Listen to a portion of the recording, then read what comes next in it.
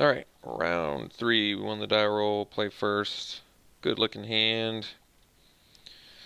I'll probably allow my frilled sandwalla to just die.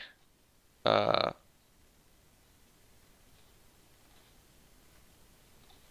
to the Great Maw to get a turn 3, 4, 5. Seems good enough to me. Maybe I want to keep, well, do I want to keep my sandwalla? I don't know. See, the problem is, I don't know. That is actually tough.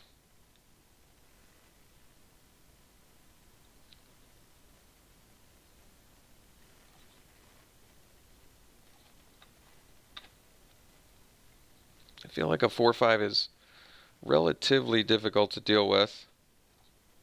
Well, we'll see if they block first, I suppose. Can't imagine they block here, but... So we'll get in for our 3 points of damage. Yeah, and I gotta think about the Great Maw play. Because a turn 3, 4, 5 is good, but a turn 3, 2, 3 that I can also attack with a 3, 3 is also pretty good.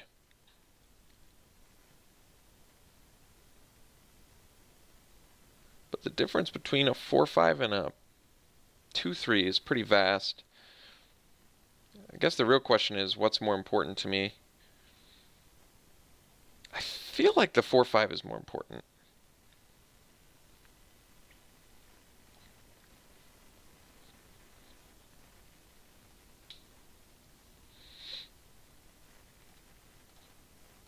I think. I think it is. So we're going to attack with the Sandwalla, because they're not going to block.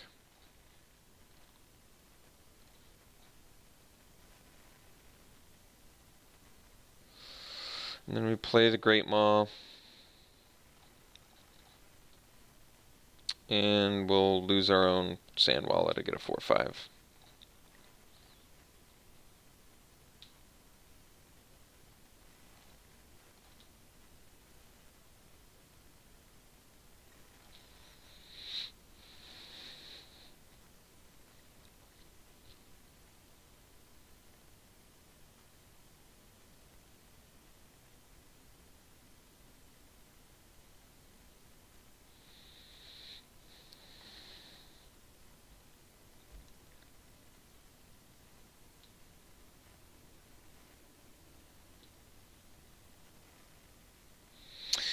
Whenever a guide attacks another attacking creature gains flying. Alright, that guy's actually pretty awesome.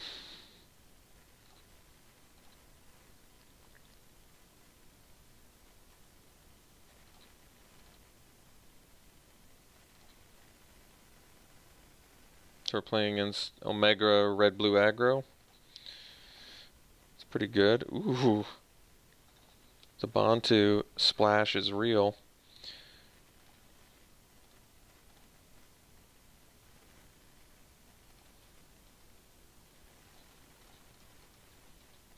I guess next turn we get a Colossipede. Or the Sharpshooter. Probably the Colossipede because it deals more damage. Sad thing about Bantu right now is I really don't want to sacrifice any of these guys. All of these guys serve much better as just straight attackers.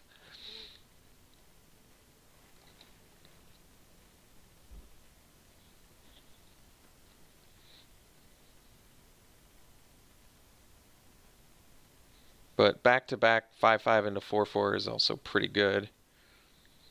We managed to have like all of our top end. Not that there's a ton of top end, I guess, but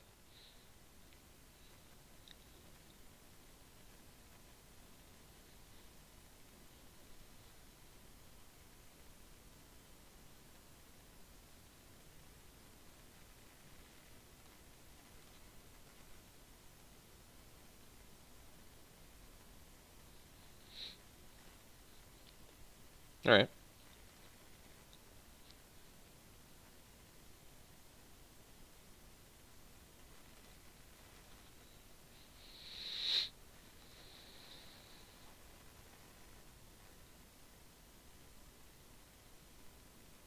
Yeah, I think the Minotaur is pretty nasty. So we actually want to play the Sharpshooter first because of Aerial Guide, because of Reach.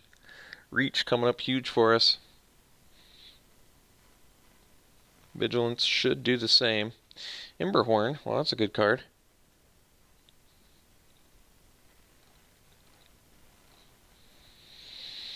So, we'll swing with the Great Maw. They might double block. I'd still be happy to kill a Minotaur, I think.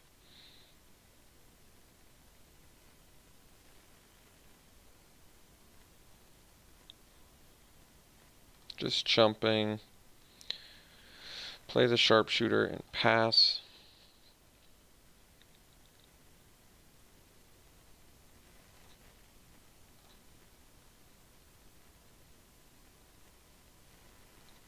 So they have Xaxes lethal if they have Pump plus a Brute Strength. And I don't block, so I do have to like block the Aerial Guide here, if I can.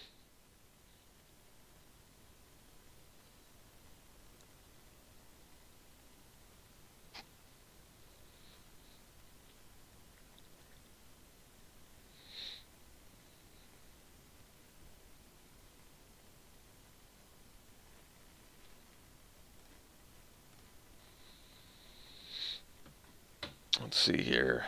Exerting. Well, exerting does work against my can't attack or block Bantu. So you got me, sir.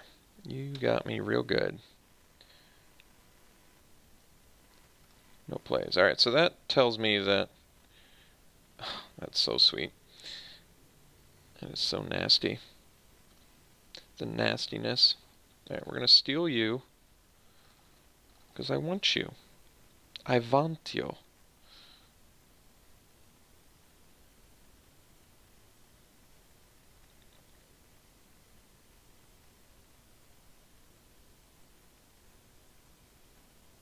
Come here, you. Now I'm going to sack you so I can swing with my dudes.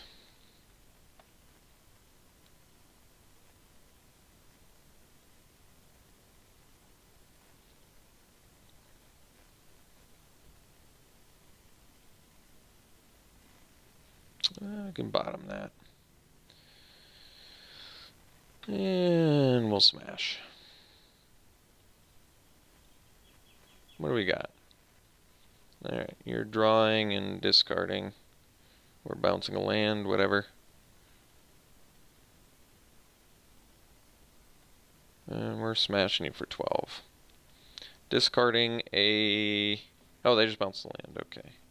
Well, let's get in there. Force the chump.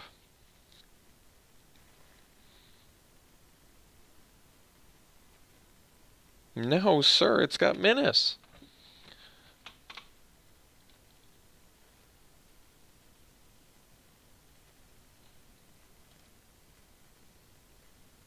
Okay.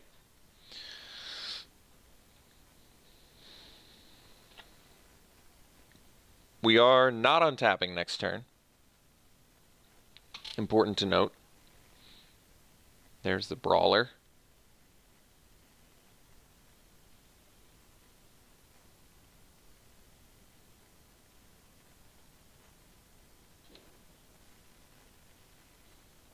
They have to play another card here.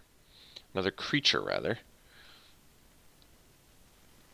Yeah, okay, so it's going to be trade plus chump. We'll take it.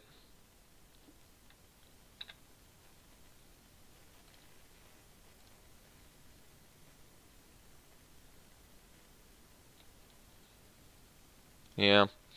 If I don't attack with the sharpshooter, I don't know. It's tough. I guess we just get as many bodies off the board as possible. We still definitely can lose here, by the way. That's the ugly aspect about these Omega aggro decks. Still can definitely lose here. Like, they just exert plus onward, and we are dead.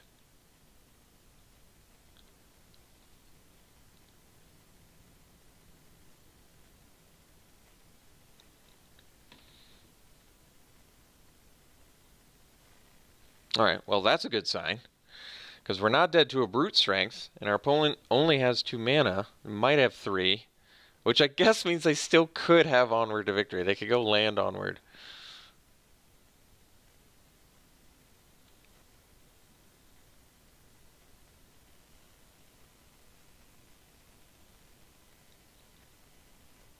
Okay. Alright. Thankfully got there. So we're playing against blue-red Omega aggro. That's a scary archetype.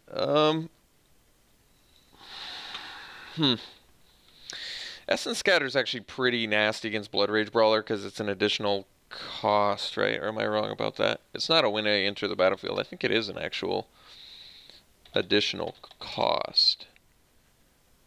No, it is enter the battlefield. God, that card is good. 2 mana 4/3? Come on. Alright. We're a little bit slow against our opponent, aren't we? I'm a little concerned. I almost want to ditch the Hour of Eternity Bantu plan and just stick to a more intelligent sort of deck here. Just because our opponent does look very fast. I'm going to cut this, and I'm going to cut... I kind of feel like cutting these 3. Cutting the Swamp, and going Reed Stalker, and maybe the Nagas. Not gonna work here anymore. Do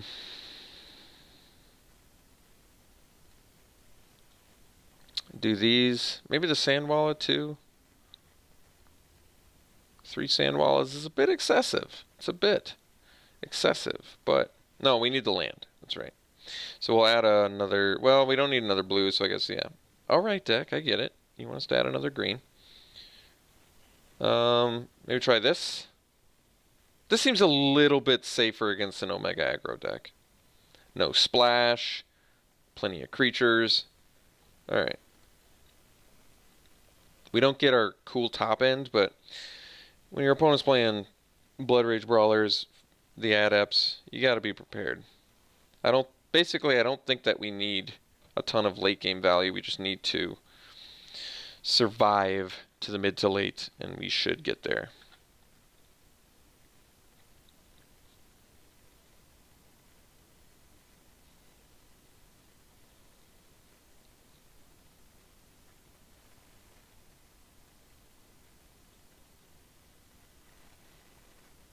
Alright, Kefnets is a good one. I hope I get to steal their own Blood Rage Brawler. That would make me happy. I'd settle for a Minotaur.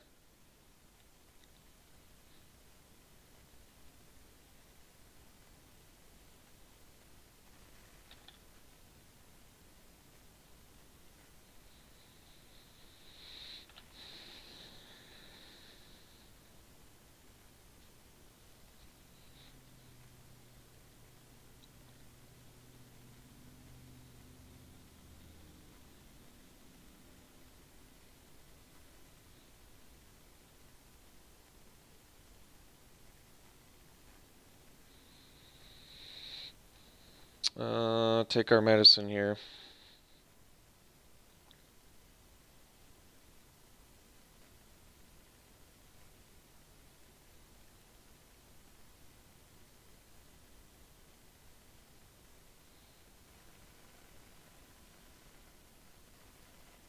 Alright. Okay, so we're going to leave the Sandwalla back to block the Initiate. Not trying to race the aggro deck here.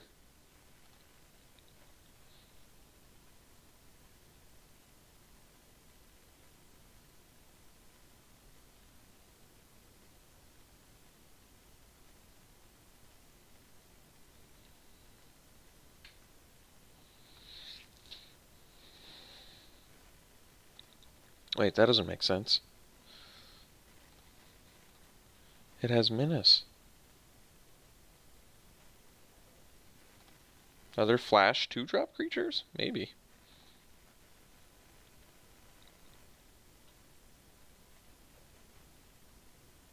I guess if you're not doing anything else.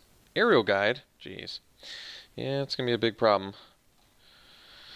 Well, I guess we attack now.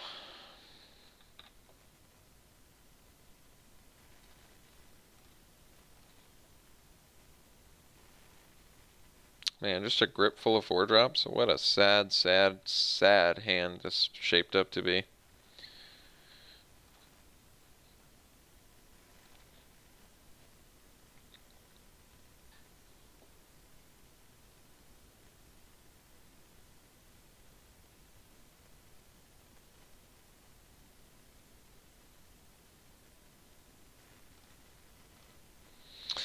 So basically, I have to cast Kefnet's last word on an aerial guide. Man, that's depressing.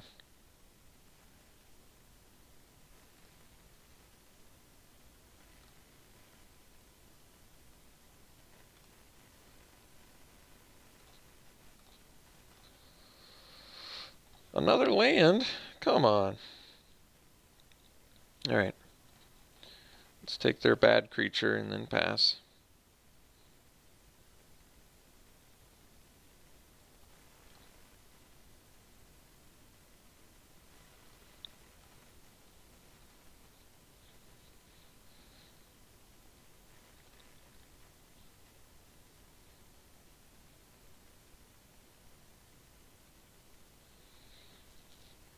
And we don't even get to untap.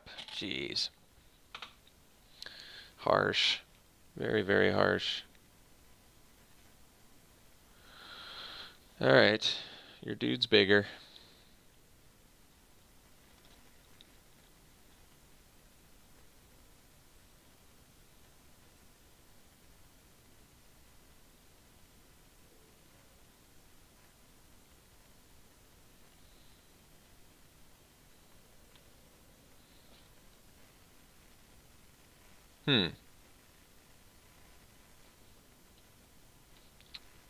How do you get that in your graveyard? Oh, there are those cards that let you sack the things. So I guess that sort of makes sense.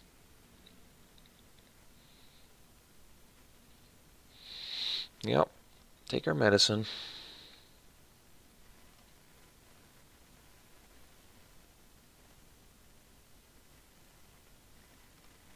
Alright. Not super happy here. Well...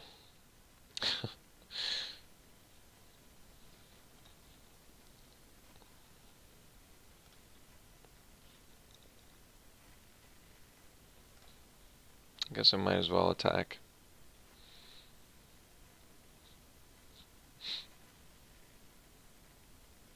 Well, I guess next turn I can Thirst plus Corey Hauler. Not the worst.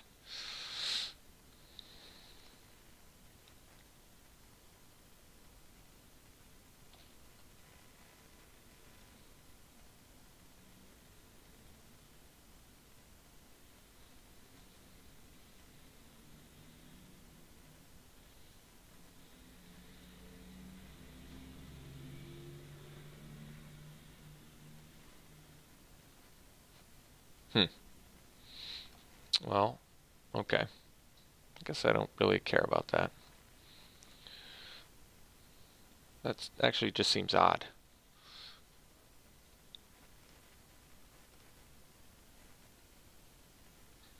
Yeah, I guess I should have left the Euro guide back. Maybe, possibly. I don't know. I don't really care. So we're going to jump here.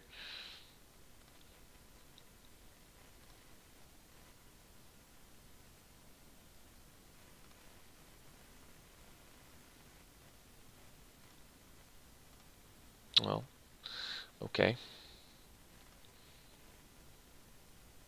So do I have to watch out for the Pathmaker Initiate now, or the Prowess Dude? I still feel like it's probably Prowess Dude that's going to be the problem.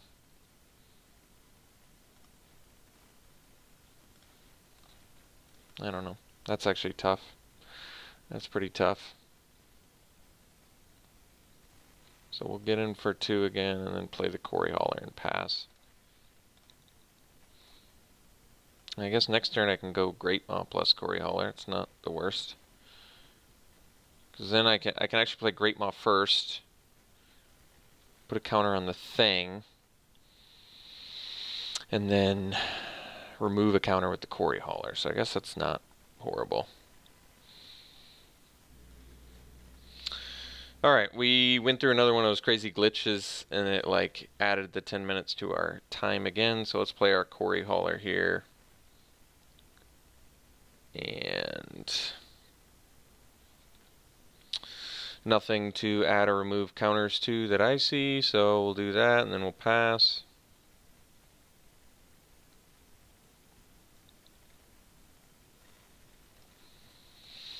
Next turn, getting the Great Maw plus the Corey Hauler is pretty good. Is it good enough? I guess we'll find out.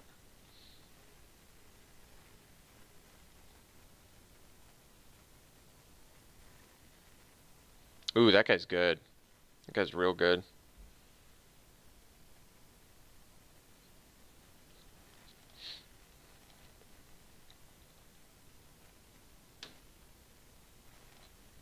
Alright. Alright.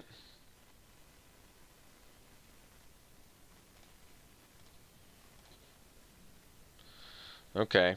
So... I think we just attack with Corey Hauler, and then we play Great Maw plus Corey Hauler, so we for sure have an... Oh, but they can make this unblockable, and then it exerts. Jeez. So if I attack with this, I have 2 creatures. They remove 1. I still feel like I probably need to get in with both, because I need to take them to 7 so that I can connect with 2 of these to kill them rather than 9. Okay. Oh, wait. Yeah, because this will be a 3 power. Okay. This is fine.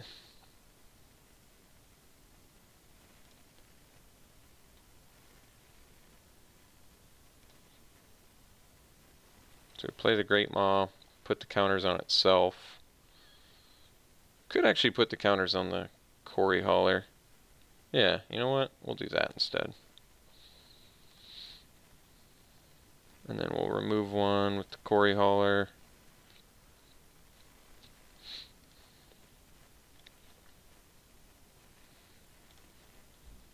And pass.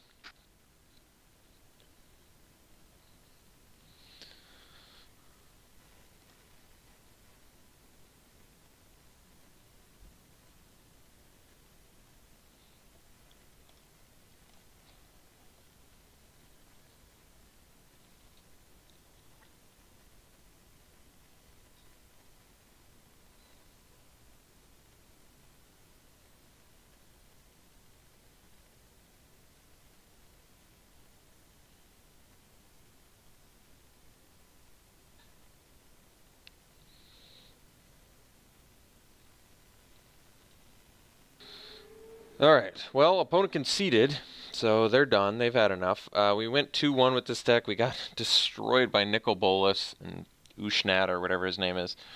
Overall, deck was actually pretty decent. Bantu was kind of a fun splash. I bet Bantu's not worth anything, is he? He's just not worth a penny, is he? 61 cents? How sad. But we got the Bantu. The Ronus' Stalwarts were as fantastic as I imagined, maybe even better than I imagined. Hope Tinder played much better than I thought it would. It is a 2-mana ramp spell, so it is pretty reasonable. Anything else? I don't think so. I think that's about it. So that was fun. Nicol Bolas is clearly good. Lesson learned on that one. Well, I don't think there was any question. So, all right. And Kefnet's last word was fantastic, too. So, awesome card. Fun deck. Hope you enjoyed it. We'll see you soon.